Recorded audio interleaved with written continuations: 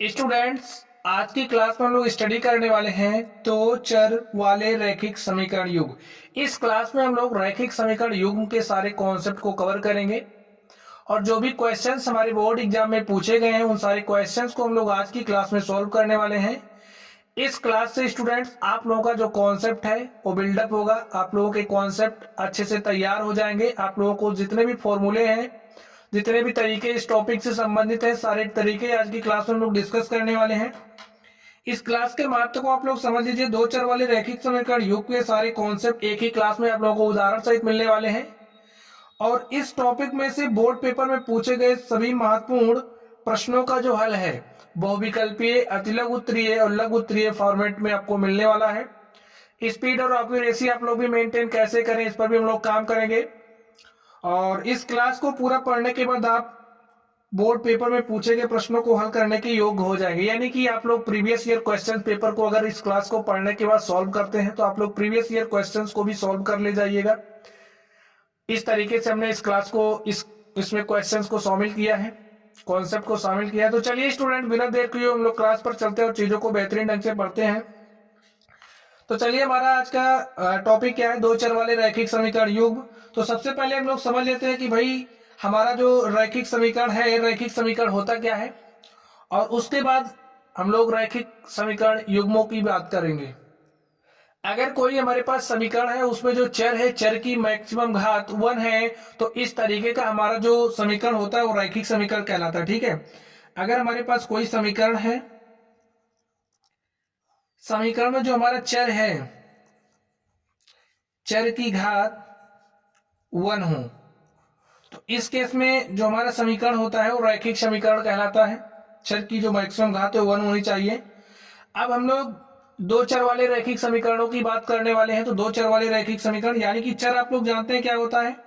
अगर हम लोग चर की बात करें तो ये एक्स, वाई, जेड ये हमारे चर होते हैं। और अगर हम लोग अचर की बात करें तो अचर में हमारे जो कांस्टेंट नंबर होते हैं, जैसे अगर हम लोग 2 की बात करें, 3 की बात करें, 4 की बात करें, 5 की बात करें, 1 की बात करें, इस तरीके से हम लोग ए बी सी ये हमारे क्या होते हैं? अचर होते हैं। यानी कि जिनकी वैल्यूज बदलती नहीं हो अचर होते हैं, और जिनकी वैल्यूज बदलती रहती हो हमारे क्या होते हैं? चर होते हैं। अब दो चर की बात की जा रही है तो आप लोग समझिए, दो चर समझिए, हमारे पास कोई कांस्टेंट इस तरीके से a into X plus B Y plus C is equal to 0 है।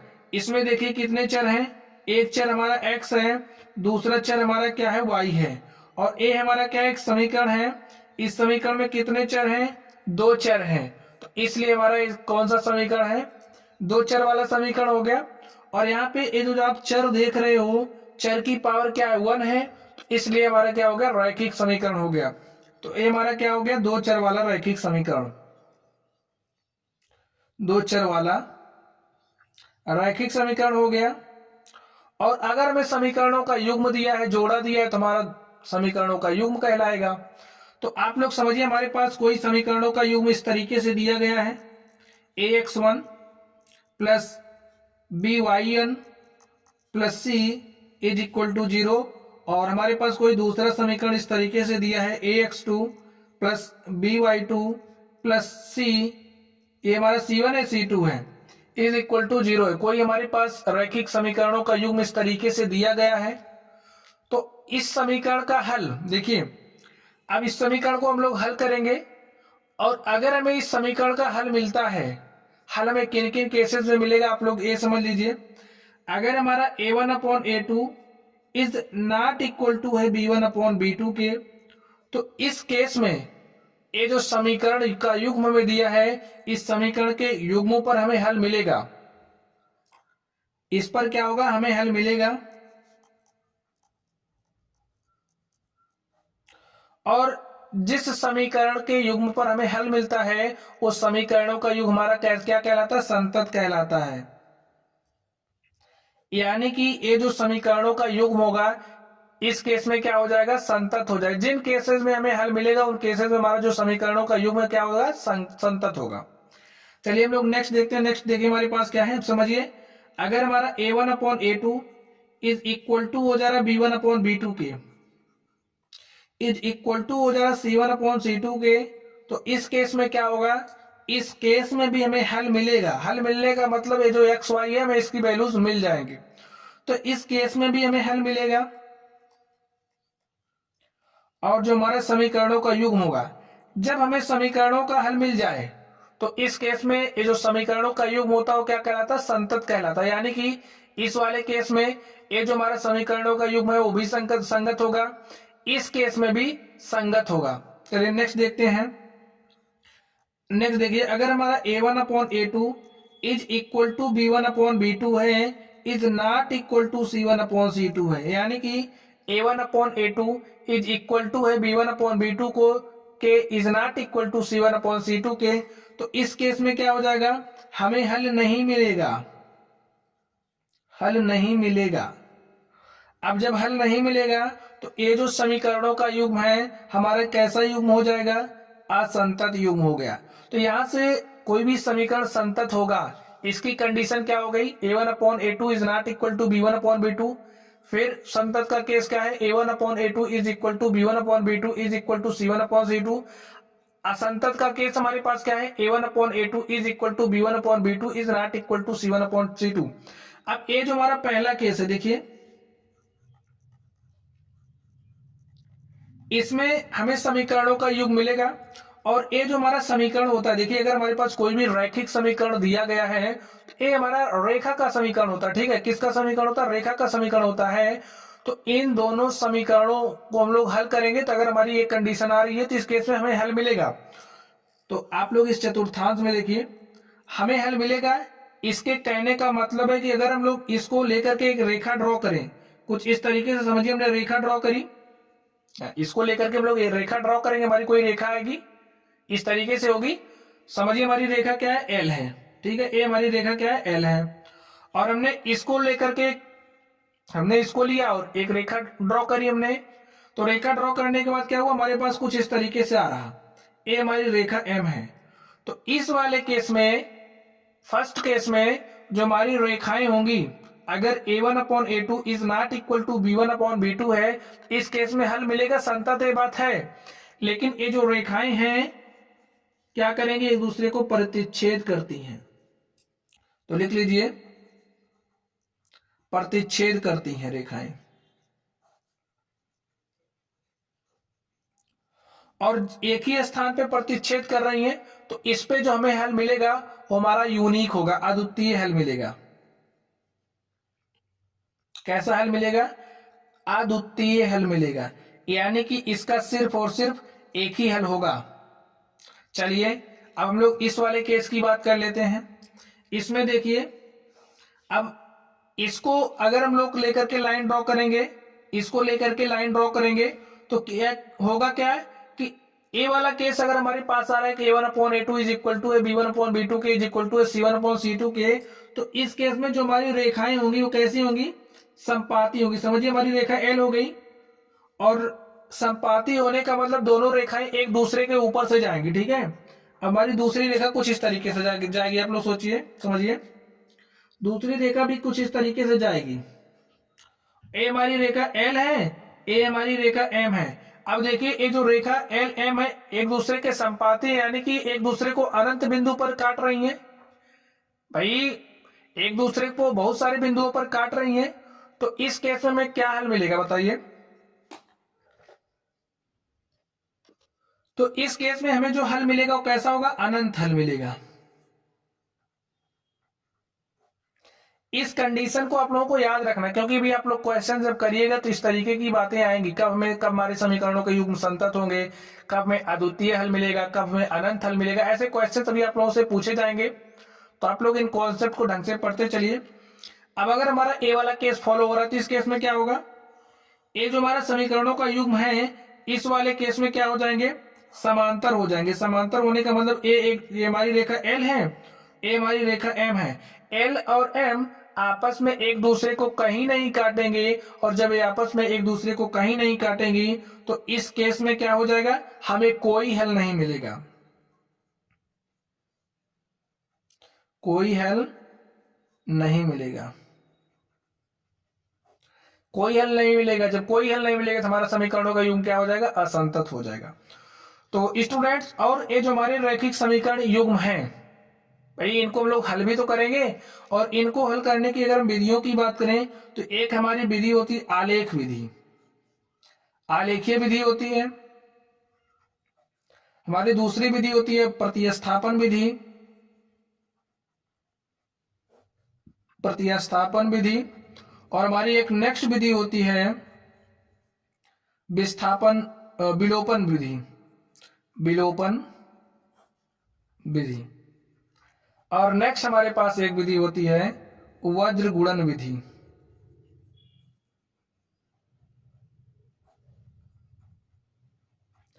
अब स्टूडेंट, ये जो हमें समीकरण दिया गया है इसको हम लोग हल करेंगे, एक्स और वाई का मान निकालेंगे। यही एक्स और वाई का मान निकालने के लिए हमारे पास इतनी विधियां हैं, आलेखीय विधि है, प्रतिस्थापन विधि है, विलोपन विधि और वज्र गुणन विधि है। चलिए हम लोग नेक्स्ट चलते हैं। देखिए यहाँ पे सारी बातें लिखी गई, आप लोग पढ़ लीजिए। दो चरों वाला रैखिक समीकरण ax plus B Y plus C is equal to 0, या फिर ये हमारा जनरल फॉर्म है, हम लोग इसी से ही कंपेयर करेंगे।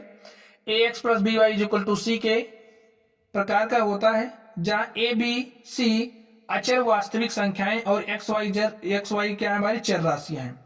दो चरों वाला रैखिक समीकरण का आलेख एक सरल रेखा होती है। हमने बताया कि अगर हमारे पास दो चरों वाले रैखिक समीकरण दिए गए हैं तो ए दो हमारे दो चरों वाले रैखिक समीकरण हैं, इनका आलेख क्या होता है, इनका आलेख एक सरल रेखा होती है। ठीक है, एक सरल रेखा होती है। अब रैखिक समीकरण युग्म पर ग्राफीय विधि से हल, तो ये जो कंडीशंस हमने कंडीशंस पढ़ ली, आप लोग पढ़ना, नोट कर लेना। चलिए वो लोग नेक्स्ट देखते हैं। नेक्स्ट देखिए हमारे पास क्या है। नेक्स्ट हमारे पास वही कंडीशन दी गई, अनंत हल होते हैं यदि एल और एम, यानी कि एल हमारी जो रेखा है, एम जो हमारी रेखा क्या होती है, संपाती रेखाएं हो।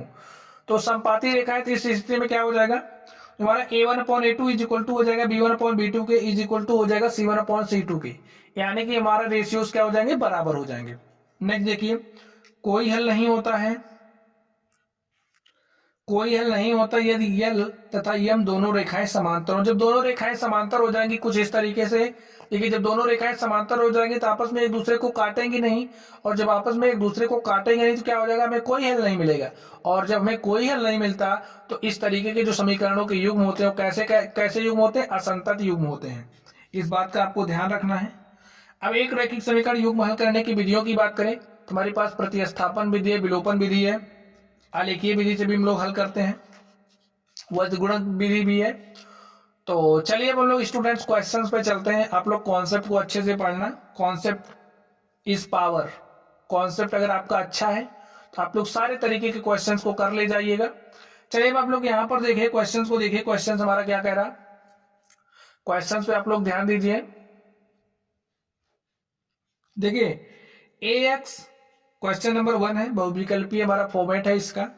ax plus B Y plus C is equal to 0, जबकि ए बी सी वास्तविक संख्याएं हैं को दो चरों x और y का रैखिक समीकरण कहा जाता है यदि।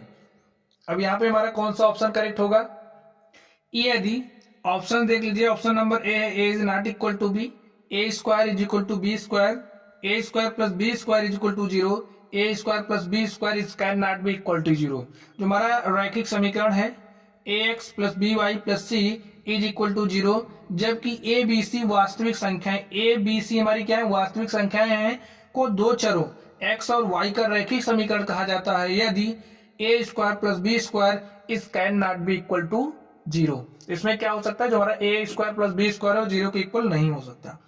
चलिए नेक्स्ट देखते हैं, क्योंकि देखिए अगर ये हमारा 0 हो जाएगा तो हमारा रैखिक समीकरण ही कहां बनेगा। चलिए नेक्स्ट देखिए, ग्राफीय रूप से ग्राफीय रूप से ax plus B Y plus C is equal to. चलिए स्टूडेंट्स हम लोग क्वेश्चन नंबर 2 को सॉल्व करते हैं। देखिए इसमें क्या कहा जा रहा है, ग्राफीय रूप से ax plus B Y plus C is equal to 0 एक रेखा को दर्शाती है। समीकरण का प्रत्येक हल कहाँ होता है, प्रत्येक हल एक बिंदु है। इसको दर्शाने वाली रेखा पर नहीं, x अक्ष पर, y अक्ष पर कहाँ होता है, इसको दर्शाने वाली एक रेखा पर। चलिए हम लोग नेक्स्ट क्वेश्चन की तरफ चलते हैं और देखते हैं हमारा नेक्स्ट क्वेश्चन क्या है। यहां पर देखिए,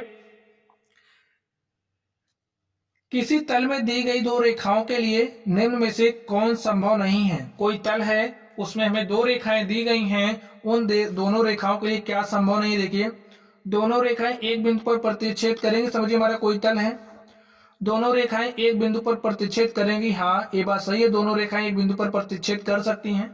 दोनों रेखाएं समांतर, दोनों रेखाएं हमारी समांतर भी हो सकती हैं, दो रेखाएं हमारी समांतर भी हो सकती हैं, समांतर हो सकती हैं। दोनों रेखाएं संपाती भी हो सकती हैं, संपाती होने का मतलब दोनों रेखाएं एक के ऊपर एक जाए, यानी कि दोनों लाइनें क्या हो, संपाती हो। और नेक्स्ट देखिए दोनों रेखाएं या तो प्रतिच्छेद करेंगी या समांतर, ये हमारा नहीं हो सकता। ऑप्शन नंबर क्या है, डी हमारा करेक्ट है। चलिए हम लोग नेक्स्ट देखते हैं। नेक्स्ट देखिए क्या है, रैखिक समीकरण युग्म x is equal to Y और x प्लस वाई का के कोई उभयनिष्ठ हल नहीं होता, असीमित रूप से अनेक हल होते हैं, अद्वितीय हल होता है, उपरोक्त में से कोई नहीं। स्टूडेंट्स इसके लिए हम लोग क्या करेंगे, देखिए ए हमें क्या दिया है, लिख लीजिए x is equal to Y दिया है, और इसको हम लोग कैसे लिख सकते हैं, देखिए इस y को इस तरफ लाइए तो x minus Y is equal to 0 हो गया, और यहां से हमें दिया है x plus Y is equal to 0। अब इससे हम लोग इसकी तुलना किससे करेंगे, a1x plus b1y plus c is equal to 0 से, और a वाला जो हमारा समीकरण है इसकी तुलना हम लोग किससे करेंगे, a2x plus b2y plus c2 is equal to 0। तो यहां से देखिए हमारे पास क्या हो जाएगा, यहां से देखिए क्या हो जाएगा, a1 इज इक्वल टू हमारा क्या हो जाएगा, देखिए x का कोफिशिएंट क्या है 1 है, हमारा b1 क्या हो जाएगा, b1 इस y का कोफिशिएंट हो जाएगा -1, और c1 क्या हो जाएगा 0।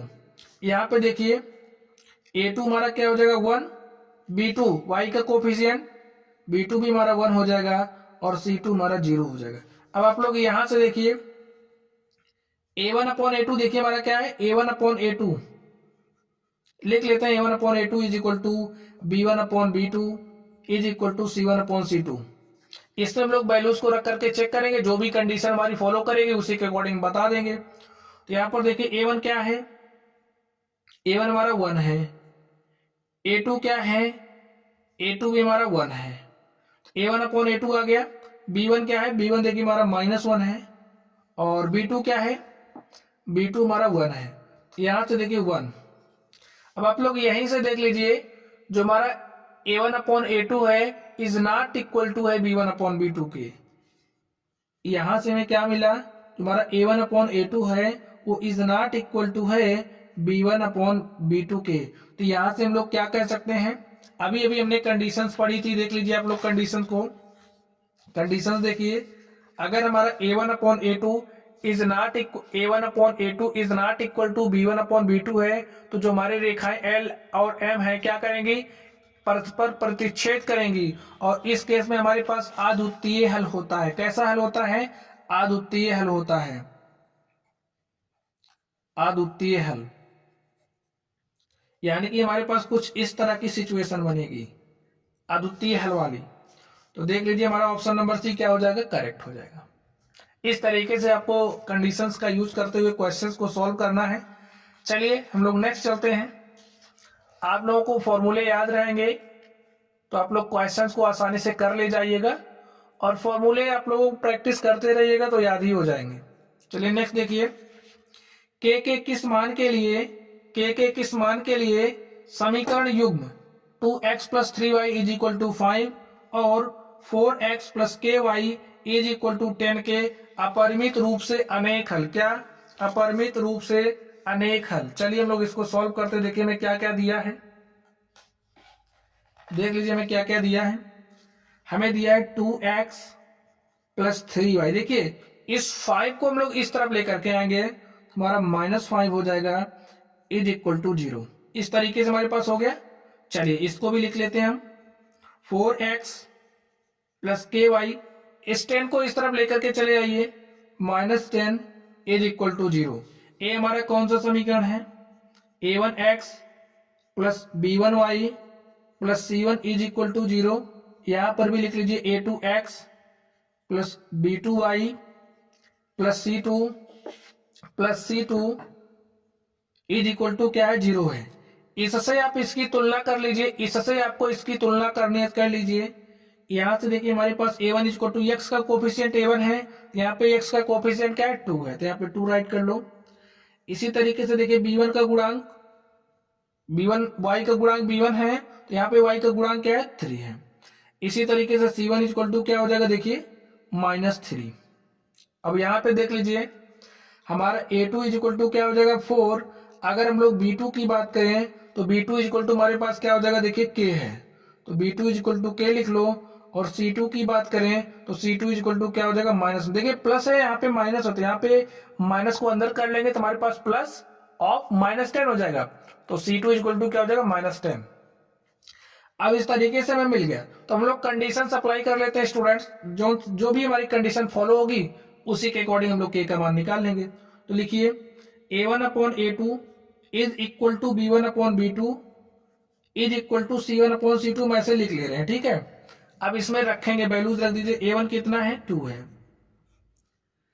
और इसमें देखिए दिया क्या है कि अपरिमित रूप से अनेक हल हैं, अपरिमित रूप से अनेक हल है। आप लोग सोचिए अपरिमित रूप से अनेक हल के लिए हमारे पास कंडीशंस क्या होती है, आप लोग देखिए अपरिमित रूप से अनेक हल के लिए हमारे पास कंडीशन होती है a1 upon a2 is equal to b1 upon b2 is equal to c1 upon c2 की, तो वैल्यूज रख दीजिए, यानी कि सारे रेशियोज बराबर हो जाएंगे, सारे हमारे इक्वल होंगे। रखिए a1 कितना है 2 है, a2 कितना है देखिए 4 है, तो a2 4 रख दीजिए, इज इक्वल टू हो जाएगा देखिए b1 कितना है, आप लोग देखिए b1 हमारा 3 है, तो यहाँ पे हमने 3 राइट कर दिया।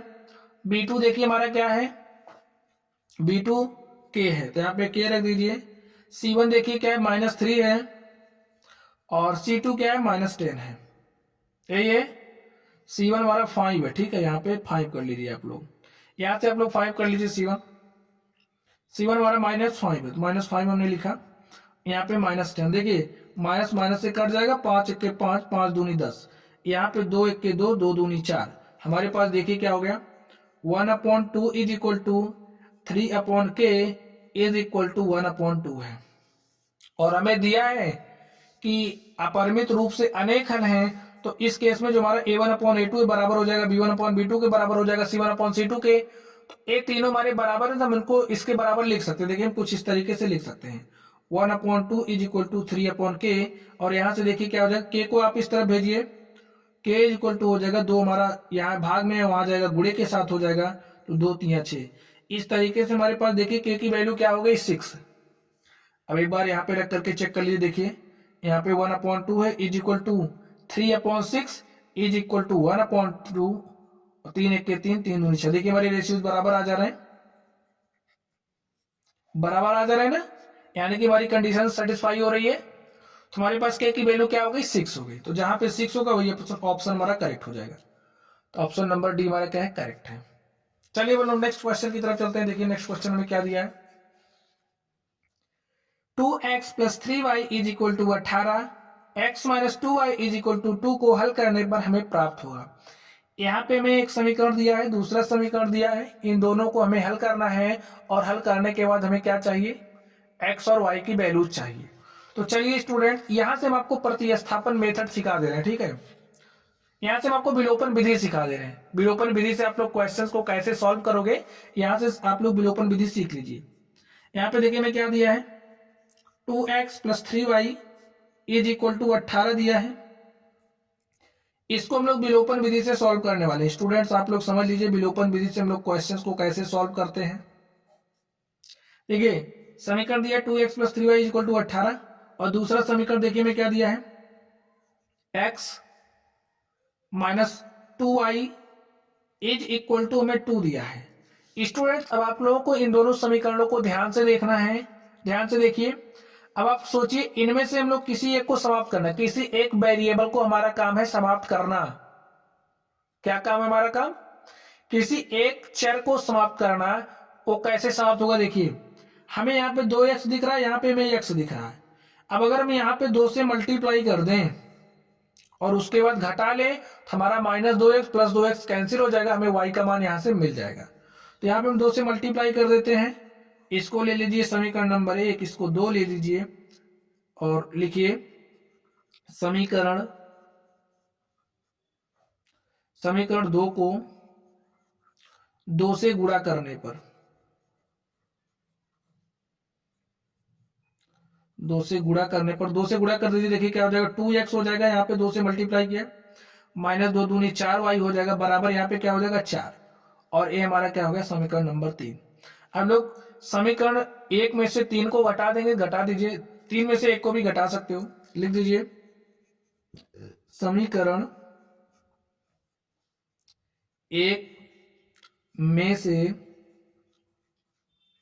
समीकरण 3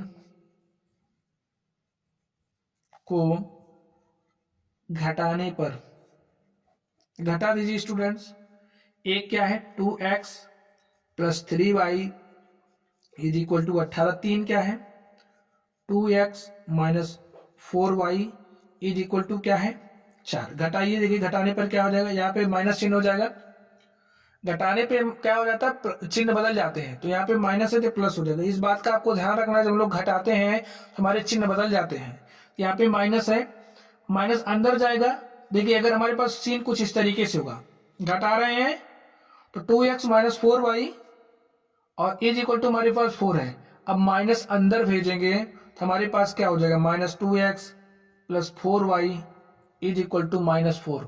हमारे पास कुछ इस तरीके का सीन होता है, तो जब हम लोग इस तरीके से हल करते हैं तो क्या करते हैं चिन्ह बदल देते हैं, माइनस 2x हो जाएगा, माइनस है तो प्लस हो जाएगा, यहाँ प्लस है तो माइनस हो जाएगा, कुछ इस तरीके से हल कर लीजिए। देखिए 2x कैंसिल हो जाएगा, प्लस 3y प्लस 4y, यहाँ पे प्लस 7y हो जाएगा, प्लस 18 माइनस 4, तो 18 में से 4 घटाएंगे 14 हो जाएगा, और 7 1 के साथ 7 दूनी 14, यहाँ से y इज इक्वल टू हमारे पास आ जाएगा 2।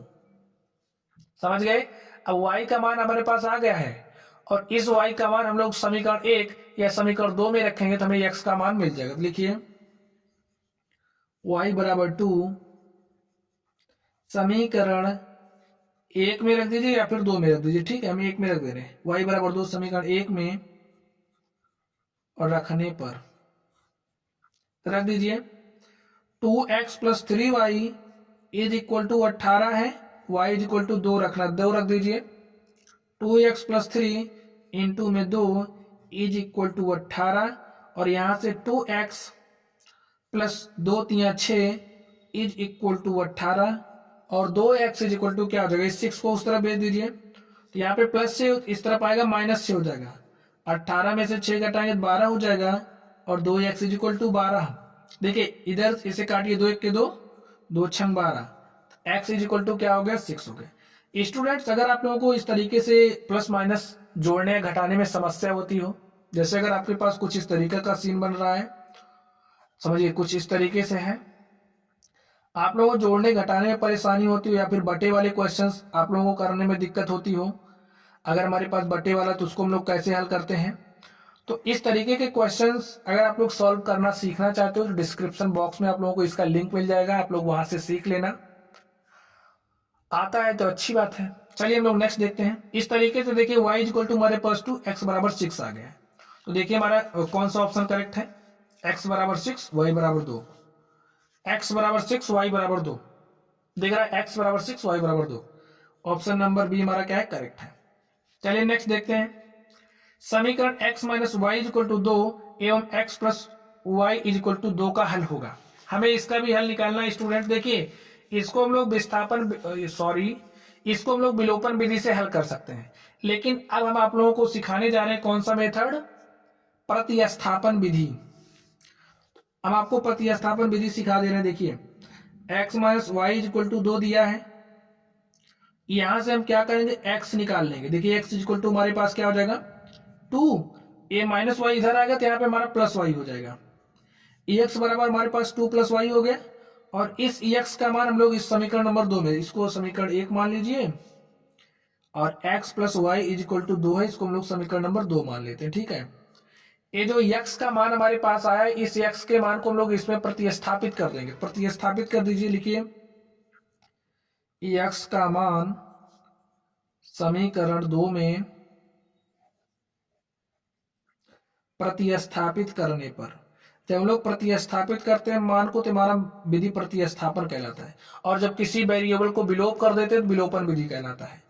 x का मान समीकरण 2 में प्रतिस्थापित करने पर, प्रतिस्थापित करिए स्टूडेंट्स। x के स्थान पर 2 प्लस वाई रख दीजिए। हमने x के स्थान पर 2 प्लस वाई रखा, plus Y is equal to 2। यहाँ से देखिए y कितना हो जाएगा 2y, और a2 हमारा उस तरफ जाएगा, देखिए a2 उस तरफ जाएगा तो यहाँ पे +2, यहाँ पे -2, 2 क्या हो जाएगा 0, और यहाँ से 2y इज इक्वल टू, अगर हमारा 0 है तो y इज इक्वल टू भी क्या हो जाएगा 0। अब इस y का मान यहाँ पे रखिए, y इज इक्वल टू 0 रखने पर देखिए क्या हो जाएगा, x बराबर हमारे पास आ जाएगा 2, y 0 रखेंगे तो x बराबर 2 हो जाएगा, तो x बराबर 2, y बराबर 0 हमारे समीकरण का हल है। देख लीजिए x बराबर 2, y बराबर 0, हमारा ऑप्शन नंबर बी क्या है, करेक्ट है। हमने आप लोगों को प्रतिस्थापन विधि भी सिखा दी और विलोपन विधि भी सिखा दी। चलिए स्टूडेंट्स, अब हम लोग नेक्स्ट क्वेश्चन की तरफ चलते हैं। तो क्वेश्चंस को देखिए आप लोग, के किस मान के लिए समीकरण 3x minus Y plus 8 is equal to 0 और 6x minus K Y is equal to -16 संपाती रेखाएं निरूपित करती हैं। रेखाएं कैसे निरूपित कर रही है, संपाती रेखाएं निरूपित कर रही हैं। और संपाती के केस में हमारे पास क्या होता है स्टूडेंट्स, कंडीशन आप लोग बताइए। संपाती का केस हमारा क्या होता है, संपाती का केस आप लोग बताइए। a1/a2 हमारा संपाती का केस है। a1/a2 इज इक्वल टू हमारा होता है b1/b2 इज इक्वल टू होता है c1/c2।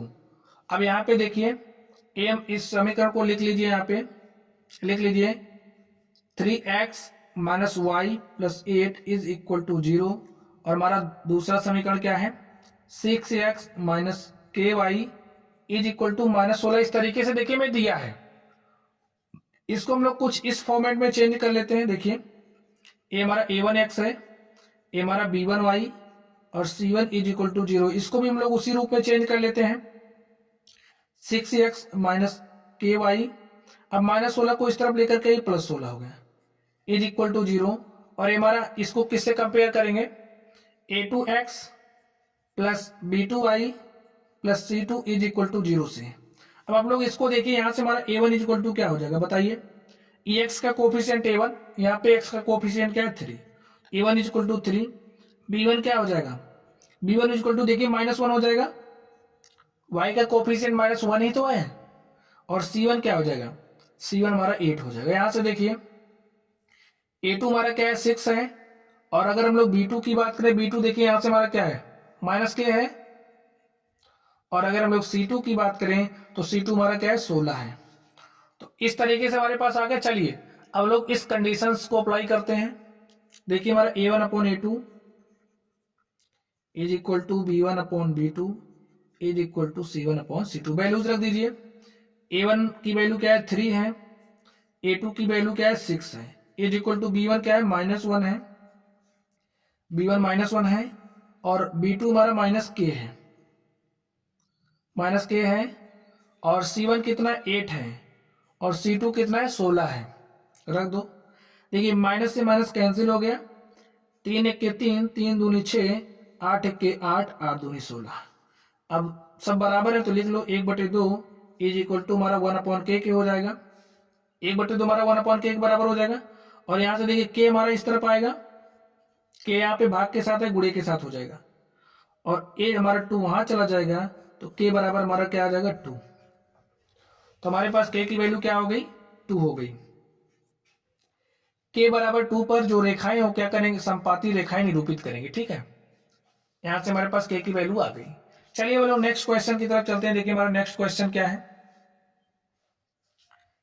देखिए आप लोग, यदि 3x plus 2ky is equal to 2 और 2x plus 5y plus 1 is equal to 0 द्वारा दी जाने वाली रेखाएं परस्पर समांतर हैं तो k का मान निकालिए।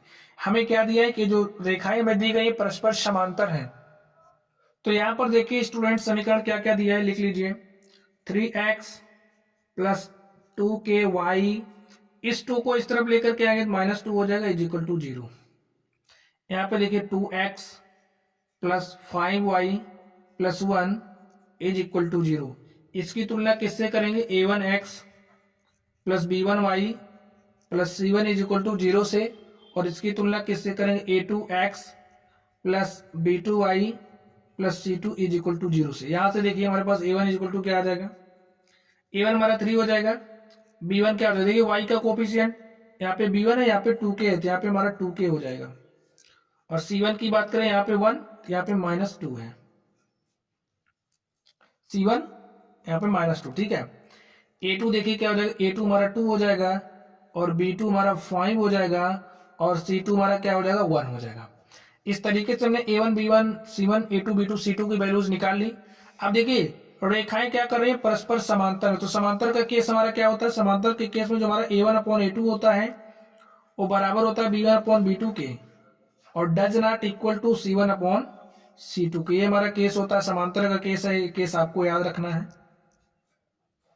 तो वैल्यूज रख दीजिए। देखिए A1 कितना है, A1 कितना है 3 है, और A2 कितना है 2 है, हो गया 3/2 इज इक्वल टू B1 कितना है, देखिए B1 कितना 2/2k है, और B2 कितना है 5 है, C1 कितना है -2 है, अपॉन में 1, यही है। अब सॉल्व कर लीजिए। 3/2 इज इक्वल टू हमारे 2k/5 है, ये इसके इक्वल हो जाएगा। अब यहां से देखिए क्या हो जाएगा, इस 5 को इस तरफ भेजेंगे तो 5 3 हो जाएगा 15।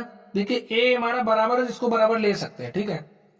तो 3/2 इज इक्वल टू 2k/5, इस 5 को इस तरफ भेजिए तो हो जाएगा 5 3 15, इस 2 को इस तरफ भेजेंगे तो 2 दूनी क्या हो जाएगा 4।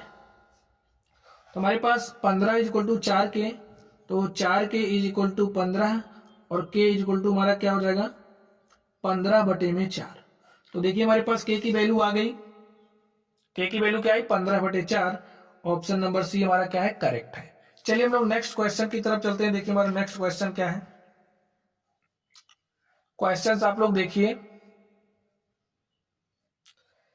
k के किस मान के लिए रैखिक समीकरण युग्म kx plus Y is equal to k square तथा x plus k Y is equal to k के अनेक हल है। यहाँ पे हमें रैखिक समीकरण दिया है, यहाँ पे हमें रैखिक समीकरण दिया है, हमसे k का मान पूछा जा रहा है, और कंडीशन क्या दी गई है, अनेक मान होंगे, ठीक है। कितने हल होंगे, अनेक हल होंगे। चलिए हम लोग लिखते हैं। देखिए क्या हो जाएगा, हमें समीकरण दिया है kx plus Y is equal to k square. इसको हम लोग कुछ इस तरीके से लिख लेते हैं। देखिए kx plus y minus k square is equal to 0। हमें दूसरा समीकरण क्या दिया है, देखिए x plus k Y is equal to 1 दिया है। इसको हम लोग जनरल फॉर्म में लेकर के आते हैं, x plus k Y plus 1 को इस तरफ लेकर के आएंगे, -1 इज इक्वल टू 0 हो जाएगा। चलिए अब हम लोग इन दोनों को हल करते हैं। अब इसकी तुलना करिए, a1x plus b1y plus c1 is equal to 0 से। इसकी तुलना करिए a2x plus b2y plus c2 is equal to 0 से। तो यहां से देखिए हमारे पास क्या हो जाएगा, x का कोफिशिएंट a1 है, यहाँ पे क्या है k है, तो a1 इज इक्वल टू हमारा क्या हो जाएगा k, a1 is equal to k हो जाएगा। यहाँ से b1 इज इक्वल टू क्या हो जाएगा 1, और c1 की बात करें तो c1 इज इक्वल टू क्या हो जाएगा -k स्क्वायर। यहाँ पे देखिए a2 इज इक्वल टू क्या हो जाएगा 1, और अगर हम लोग b2 की बात करें तो b2 इज इक्वल टू हमारा क्या हो जाएगा k, और यहाँ पे अगर हम c2 की बात करें तो c2 इज इक्वल टू हमारा क्या हो जाएगा -1। चलिए अब अनेक हल होंगे, देखिए इसके अनेक हल होंगे। अनेक हल के लिए हमारी कंडीशन क्या होनी चाहिए, संपाती का केस, और संपाती के केस में हमारे पास क्या होता है, a1/a2 इज इक्वल टू होता है b1/b2 के इज इक्वल टू होता है c1/c2 के। हमारा यही केस होना चाहिए। अनेक हल के लिए क्या होना चाहिए,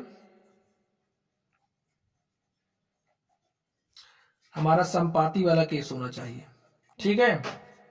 तो वैल्यूज रख दीजिए भाई। a1 की वैल्यू रखिए क्या है, a1 की वैल्यू k है, a2 का वैल्यू देखिए क्या है 1 है, इज इक्वल टू b1 का वैल्यू क्या है, b1 1 है, b2 का वैल्यू क्या है, तो यहाँ पे देखिए b2 क्या हो जाएगा, b2 का वैल्यू हमारा k है, c1 देखिए क्या है, c1 हमारा -k स्क्वायर है, अपॉन में क्या हो जाएगा c2, तो c2 का वैल्यू क्या है -1। देखिए इससे कैंसिल हो जाएगा। अब यहाँ पे आप लोग ध्यान से देखिए, तो स्टूडेंट्स यहाँ पर देखिए हमारे सारे बराबर है, तो हम लोग किन्हीं दो को लेकर के हल कर लेंगे। तो यहाँ से देखिए हमारा क्या हो जाएगा, k/1 is equal to 1/k। आप लोग एक बात समझिए, अगर हमारे पास कुछ इस तरीके से होता है तो देखिए यहाँ पे भाग के साथ है, यहाँ पे आएगा गुणे के साथ हो जाएगा AD। देखिए कुछ इस तरीके से मल्टीप्लाई हो जाता है, AD is equal to BC हो जाता है। ठीक यही काम यहाँ पे होगा, भाग के साथ है, यहाँ पे आएगा गुणे के साथ हो जाएगा, k स्क्वायर हो जाएगा, यहाँ पे 1 × 1 1 हो जाएगा। इस तरीके से देखिए हमारे पास हो गया। अब आप लोग यहाँ से देखिए k square is equal to 1 है, तो k इज इक्वल टू क्या हो जाएगा, +-1। समझ गए आप लोग।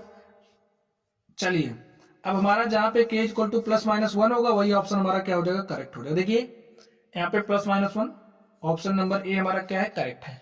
चलिए स्टूडेंट्स हम लोग नेक्स्ट क्वेश्चन की तरफ चलते हैं। नेक्स्ट क्वेश्चन देखिए क्या है हमारे पास, दो संख्याओं का योगफल 8 है। तो देखिए स्टूडेंट, दो संख्याओं का योगफल 8 है तथा उनका अंतर 2 है, तो संख्याएं होंगी। तो हम लोग मान लेते हैं हमारी जो पहली संख्या x है, दूसरी संख्या y है। तो मान लीजिए, माना पहली संख्या बराबर x, दूसरी संख्या हमारी क्या हो जाएगी y। देखिए क्या कह रहा है, दो संख्याओं का योगफल 8 है, यानी कि इन दोनों संख्याओं का योगफल कितना हो जाएगा प्रश्न अनुसार, x + y, और x + y हमें कितना दिया, 8 दिया है। नेक्स्ट कह रहा है उनका अंतर, यानी कि जो हमारे पास संख्याएं, संख्याओं का अंतर, तो इन संख्याओं का अंतर कितना दिया, 2 दिया है। तो संख्याओं का अंतर यानी कि x - y is equal to 2। इसको स्टूडेंट्स हम लोग हल कर लेंगे, और हल किस विधि से करेंगे, आप लोगों को जो भी विधि अच्छी लगे उस विधि से हल करना। यहाँ पे हम लोग विलोपन विधि अप्लाई करने वाले। देखिए यहाँ पे अगर हम लोग देखिए यहाँ पे ऐसे जोड़ दो, देखिए यहाँ पे +y है, यहाँ पे -y, +y - y 0 हो जाएगा, और x क्या हो जाएगा, 2x, और यहाँ पे 8 2 10, 2 1 के 2, 2 5 10, x इज इक्वल टू हमारे पास कितना आ गया, 5 आ गया। y इज इक्वल टू निकालना है, तो y देखिए क्या हो जाएगा, x का मान समीकरण 1 में 5 रख दो, इसको मान ले रहे समीकरण 1 है, a हमारा 2 है। समीकरण 1 में हमने 5 रखा है x बराबर, तो 5 रख दिया, 5 + y बराबर 8, और y बराबर यहाँ से क्या होगा, 5 को उधर भेजिए, तो 8 - 5, और 8 में से 5 घटाइए, कितना हो जाएगा, 3। तो y बराबर हमारा कितना गया, 3। x बराबर 5, y बराबर 3। देखिए यहाँ पे हमारा है ऑप्शन नंबर बी क्या है, करेक्ट है। तो माय डियर स्टूडेंट्स, इस तरीके से प्रश्नों को आपको हल करना है। हल करने के लिए आपको कॉन्सेप्ट पर काम करना होगा। हमने आपको विधियां सिखा दी है, आप लोग करना। चलिए अब हम लोग इसको भी प्रतिस्थापन विधि से हल करने वाले हैं। वैसे तो हमने आपको प्रतिस्थापन विधि बता दिया है, चलिए हम लोग इस क्वेश्चन को भी सॉल्व कर लेते हैं। तो हमें करना क्या है, इसको हल करना है। हल कर लीजिए, x और y का मान ही तो निकालना है, निकालिए आप लोग। चलिए हम निकालते हैं। यहाँ पे देखिए हमें क्या दिया है, x - y is equal to 2, इसको मान ले रहे समीकरण नंबर 1। और नेक्स्ट देखिए 4x + 7y is equal to में दिया 30, इसको मान ले रहे हमारा क्या है, समीकरण नंबर 2 है। समीकरण 1 समीकरण 2 हमारे पास हो गया। अब आप लोग देखिए हमें प्रतिस्थापन विधि से हल करना है, इस बात पर आपको ध्यान देना होगा। और प्रतिस्थापन विधि में हम लोग क्या करते हैं, देखिए किसी यहां से x अथवा y का मान निकालेंगे और इसमें प्रतिस्थापित कर देंगे, ठीक है, जो भी आपको सरल लगे वैसा करना है। अब हमें यही दिख रहा कि अगर हम यहाँ से x का मान निकाल करके इसमें प्रतिस्थापित कर दें तो हमारा सॉल्यूशन मिल जाएगा आसानी से। यहाँ से x बराबर देखिए क्या हो जाएगा, इस -y को इस तरफ भेजेंगे तो 2 + y हो गया, x बराबर 2 + y हो गया। अब इस x का मान हम लोग इस समीकरण नंबर 2 में रख देंगे। लिखिए x का मान समीकरण 2 में रखने पर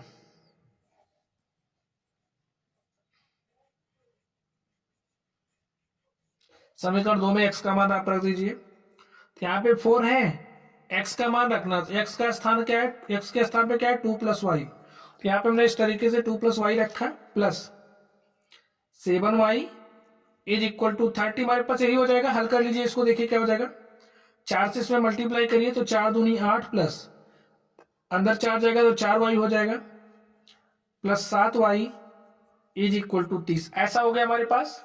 देखिए +4y प्लस 7y कितना हो जाएगा 11y इज इक्वल टू, यहाँ पे +8 है तो इस तरफ आएगा -8 हो जाएगा, और 30 में से 8 घटाइए कितना हो जाएगा 22।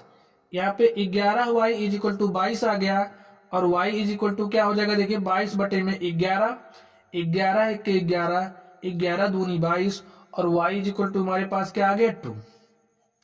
देखिए हमारे पास इतनी आसानी से y का मान आ गया। अब ये जो y का मान आया इसमें हम लोग रख देंगे, ठीक है। इसको आप मान लीजिए क्या हमारा समीकरण नंबर 3 है। लिखिए y बराबर 2 समीकरण 3 में रखने पर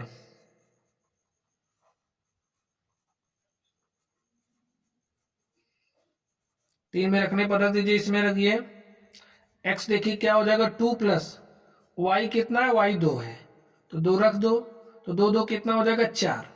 हमारे पास x का वैल्यू क्या आ गया 4, तो लिख दीजिए अतः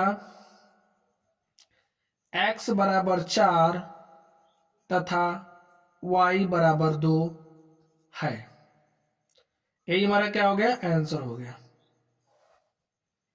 तो स्टूडेंट्स आप लोग समझ गए होंगे।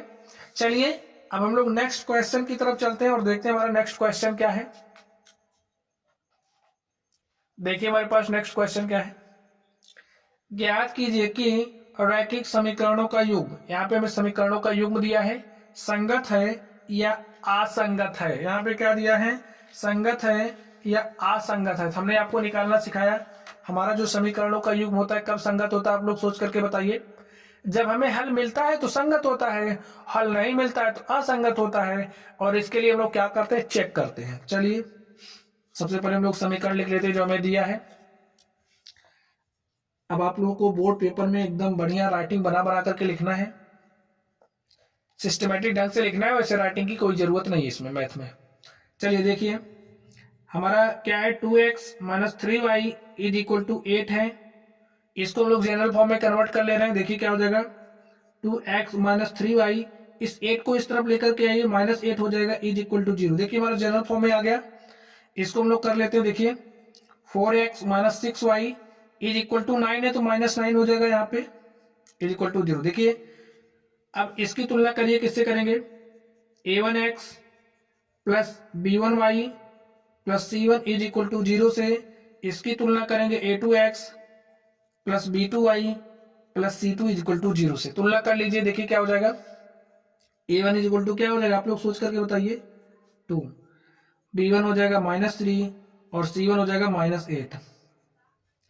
a2 का बात करें देखिए a2 4 हो जाएगा, b2 का बात करें तो b2 हमारा -6 हो जाएगा, और अगर हम लोग c2 की बात करें c2 हमारा -9 हो जाएगा। अब देखिए हमें बताना है संगत है या असंगत है, हमें तो कुछ पता नहीं है अभी। तो हम लोग क्या करेंगे, हम लोग डायरेक्टली a1 अपॉन a2 निकालते हैं is equal to b1 upon b2 is equal to c1 upon c2। इसका रेशियो निकालेंगे भी, हमें इससे पता चल जाएगा समीकरणों का हमारा संगत है या असंगत है। हमें दो केसेस में हल मिलता है, और अगर उन दो केसेस में से हमारा कोई एक केस आ जाएगा तो हमारा संगत हो जाएगा, अगर कोई भी केस नहीं आया उन दोनों में से तो असंगत हो जाएगा। तो वैल्यूज रख दीजिए। देखिए क्या हो जाएगा a1 कितना है 2 है, a2 है 4 तो लिख दो 2 upon 4 is equal to b1 कितना है -3 है, b2 कितना है -6 है। फिर देखिए c1 कितना है -8 है और c2 कितना है -9 है। देखिए माइनस माइनस से कैंसिल हो गया, माइनस माइनस क्या हो जाएगा प्लस हो जाएगा। अब यहाँ पे देखिए 2 1 के 2, 2 दूनी 4, 3 1 के 3, 3 दूनी 6, लेकिन इसमें हम कुछ नहीं कर पा रहे हैं, ठीक है। तो यहाँ से हमारा क्या हो जाएगा 1/2 इज इक्वल टू 1/2 है, बट नॉट इक्वल टू 8/9 है। यहाँ पे आप लोग देख पा रहे हैं हमारे पास केस कौन सा बना, a1/a2 इज इक्वल टू है b1/b2 के, इज नॉट इक्वल टू है c1/c2 के। तो ये हमारा केस किसका है आप लोग बताइए, ये हमारा समांतर वाला केस है, यानी कि दोनों रेखाएं इस केस में क्या हो जाएंगी, दोनों रेखाएं इस केस में समांतर हो जाएंगी और हमें कोई हल नहीं मिलेगा। और जब हमें कोई हल नहीं मिलता तो समीकरणों का युग हमारा क्या हो जाता है असंगत।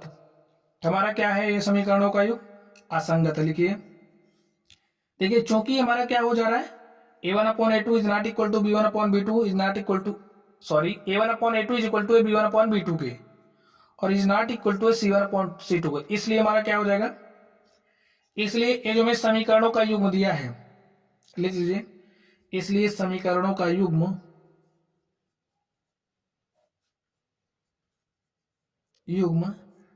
असंगत है।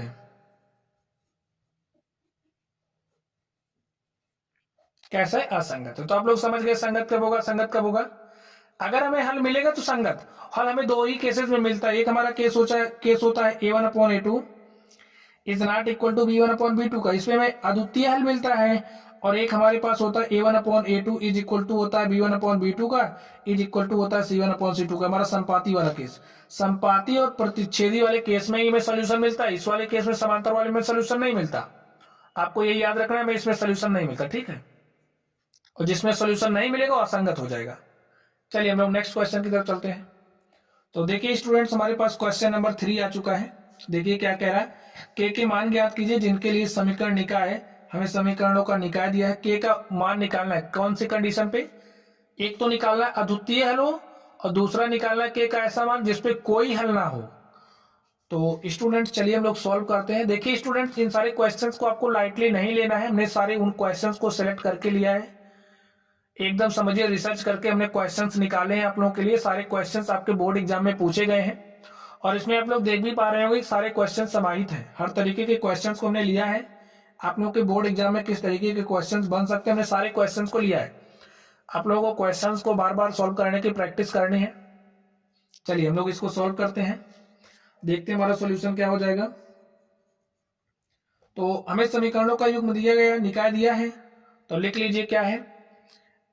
यहाँ पे kx plus 2y is equal to 5 दिया है, तो इस 5 को इस तरफ लेकर के आइए, -5 हो जाएगा। जनरल फॉर्म में हम चेंज कर लेंगे। यहाँ पे देखिए 3x प्लस वाई, इस +1 को इस तरफ लेकर के आइए, -1 हो जाएगा, इज इक्वल टू 0। यहां से देखिए क्या हो जाएगा,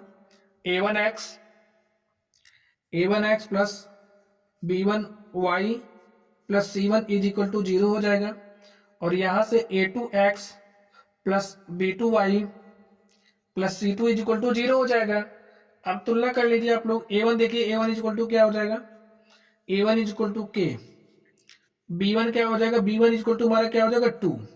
और C1 की बात करें तो C1 इज इक्वल टू हमारा क्या हो जाएगा -5।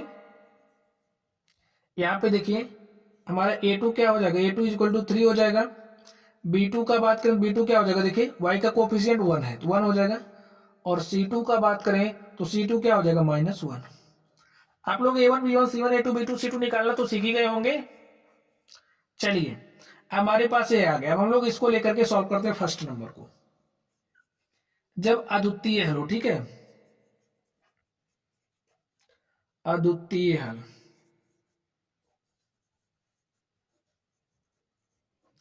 अब आप लोग अद्वितीय हल वाला केस याद करिए, क्या होता है हमारा अद्वितीय हल हमें कब मिलता है, जब हमारा A1 upon A2 is equal to ना हो B1 अपॉन B2 के।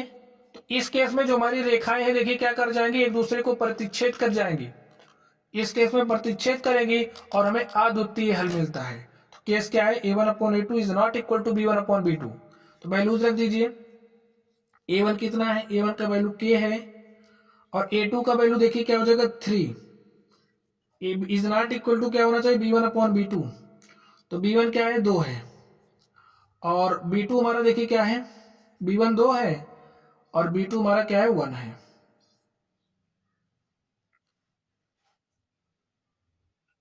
तो इसको हम लोग क्या करेंगे, देखिए इसमें हम लोग क्या करेंगे, दोनों तरफ 3 से मल्टीप्लाई कर देंगे। मल्टीप्लाई कर दीजिए 3 से, देखिए क्या हो जाएगा। 3 से हमने इसको मल्टीप्लाई किया तो यहाँ पे क्या बचेगा, ऐसे हमारे पास कुछ इस तरीके से हो जाएगा, इस तरीके से हमारे पास हो जाएगा। और यहाँ से 3 से 3 कैंसिल हो जाएगा, k is not equal to 6। यानी कि हमें अद्वितीय हल के लिए हमारा जो k का वैल्यू है 6 नहीं होना चाहिए। तो लिखिए इसलिए k is not equal to 6 के लिए दिए हुए समीकरण निकाय,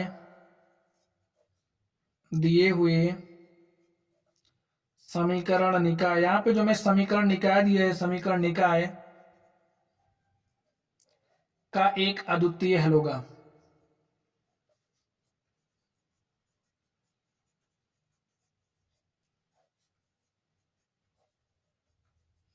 आप लोगों को केसेस याद रखना है बस। चलिए हम लोग नेक्स्ट देखते हैं। नेक्स्ट हमारे पास क्या है, कोई हल नहीं हो। कोई हल नहीं हो, इसके लिए क्या होना चाहिए आप लोग सोच करके बताइए। कोई हल नहीं हो, कोई हल नहीं हो, इसके लिए हमारे पास क्या होना चाहिए, a1/a2 इक्वल होना चाहिए b1/b2 के, और नॉट इक्वल होना चाहिए c1/c2 के। तो वैल्यूज आप लोग रख दीजिए a1 a2 b1 b2 c1 c2 की। a1 क्या है, k है, a2 क्या है, 3 है, b1 क्या है, 2 है, और b2 1 है। नॉट इक्वल होना चाहिए -5/-1 के। देखिए यहां से हमारे पास क्या हो जाएगा, हम लोग किन्हीं दो को लेकर के हल कर लेंगे तो हमें के का मान मिल जाएगा। हमें के का मान ही चाहिए, तो देखिए क्या हो जाएगा, के इक्वल टू 3 वहां भेजेंगे, 3 दूनी हो जाएगा 6, और यहां से हमारे पास क्या आ गया, के इक्वल टू 6 के लिए दिए हुए समीकरण निकाय का हल नहीं होगा। तो यहाँ पे ये जो हमें समीकरणों का निकाय दिया गया है, ये जो हमें समीकरणों का निकाय दिया गया है, जब हमारा के बराबर 6 होगा तो समीकरण निकायों का कोई हल नहीं होगा। तो लिखिए, इसलिए के बराबर 6 के लिए, 6 के लिए दिए हुए समीकरण निकाय, समीकरण निकाय का कोई हल नहीं होगा।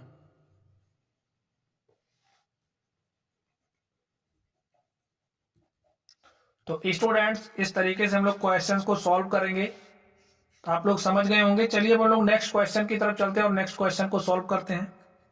देखते हैं हमारा नेक्स्ट क्वेश्चन क्या है।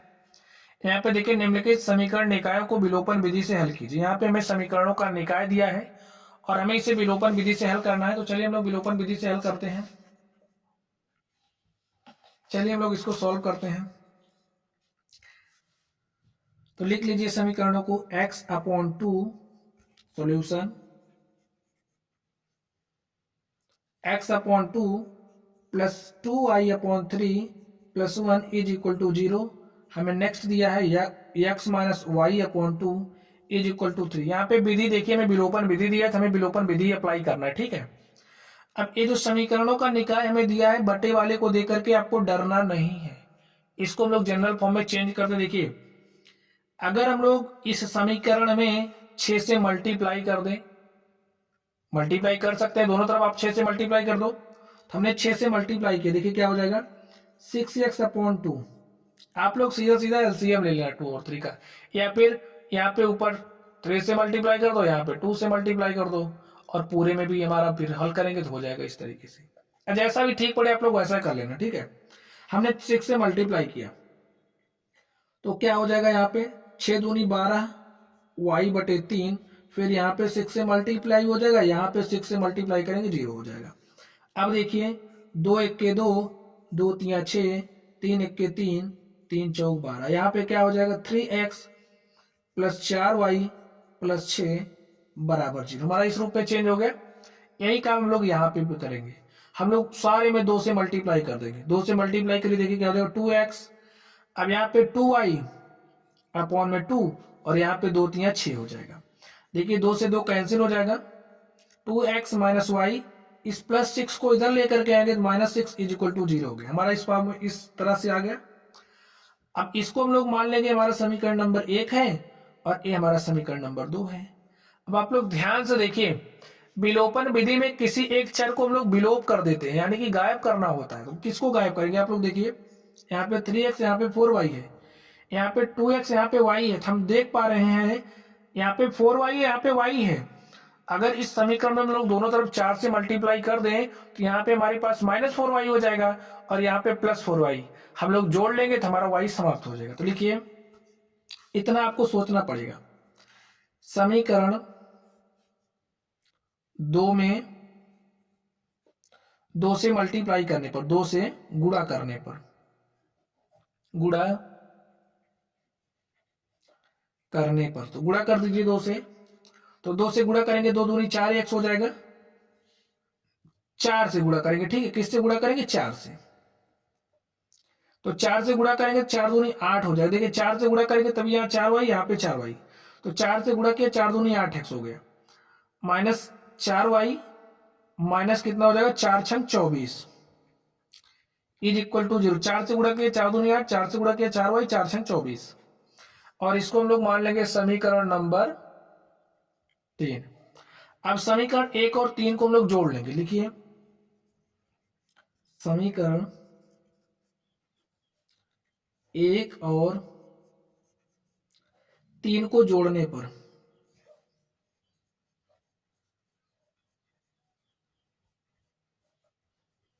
जोड़ दीजिए 3x plus 4y plus 6 is equal to 0। ये हमारा 1 हो गया। 3 देखिए क्या है, 8x minus 4y minus 24 is equal to 0। जोड़िए, ऐड कर दीजिए। देखिए हमने जोड़ दिया, अब यहाँ पे प्लस 4y माइनस 4y क्या हो जाएगा, कैंसिल हो जाएगा, और यहाँ से 3x प्लस 8x, 3 8 11x हो जाएगा। यहाँ से देखिए माइनस 24 है प्लस 6 है, तो माइनस 24 प्लस 6 माइनस 18 हो जाएगा, 8 होगा, इज इक्वल टू 0। और यहाँ से हमारा क्या हो जाएगा, 11x इज इक्वल टू, यहाँ पे क्या हो जाएगा 18, और x इज इक्वल टू क्या हो जाएगा 18 बटे में 11। इतनी बात आप लोगों के समझ में आ गई। चलिए अब हम लोग नेक्स्ट देख लेते हैं। ये जो हमारा x का वैल्यू है उसको हम लोग समीकरण 1 में रख देंगे या फिर 2 में रख के y का भी मान निकाल लेंगे। तो चलिए हम लोग x का मान समीकरण 1 में रख देते हैं। लिखिए x का मान समीकरण 1 में रखने पर, x का मान समीकरण 1 में रखिए। देखिए कहां है, 3x का वैल्यू रखना है कितना, 18 बटे 11, यहीं पे रख दो, 18 बटे 11 plus 4y is equal to, देखिए क्या हो जाएगा, इस प्लस 6 को हम इस तरफ भेज देंगे, प्लस 6 को इधर भेज देंगे, माइनस 6 हो जाएगा, तो माइनस 6 हो गया। चलिए इसको हल कर लीजिए। देखिए क्या हो जाएगा, 18 तो यहीं कितना होता है 54 बटे में 11 plus 4y is equal to minus 6। अब देखिए यहाँ पे प्लस है तो इधर भेज देंगे, माइनस हो जाएगा, भेज दीजिए भाई, 4y is equal to minus 6, और यहाँ पे प्लस वाला आ गया माइनस हो जाएगा, माइनस 54 बटे में 11। जोड़ लीजिए। देखिए इसको सॉल्व कर लीजिए। कैसे सॉल्व होगा, इसके ऊपर नीचे आपको करना क्या पड़ेगा, इसके ऊपर नीचे आप 11 से मल्टीप्लाई करिए तो 11 छक्का 66 हो जाएगा, और बटे में 11 माइनस 54 बटे में 11 सॉल्व कर लीजिए। देखिए क्या हो जाएगा, हर बराबर है तो हम लोग इसको सॉल्व कर लेंगे। तो 4 6 कितना हो जाएगा 10, 4 6 10 हो गए, 10 के शून्य हासिल 1, और 5 में 1 जोड़ा 6, और 6 6 क्या हो गया 12 बटे में 11, यहाँ पे 4y। नेक्स्ट देखिए क्या हो जाएगा,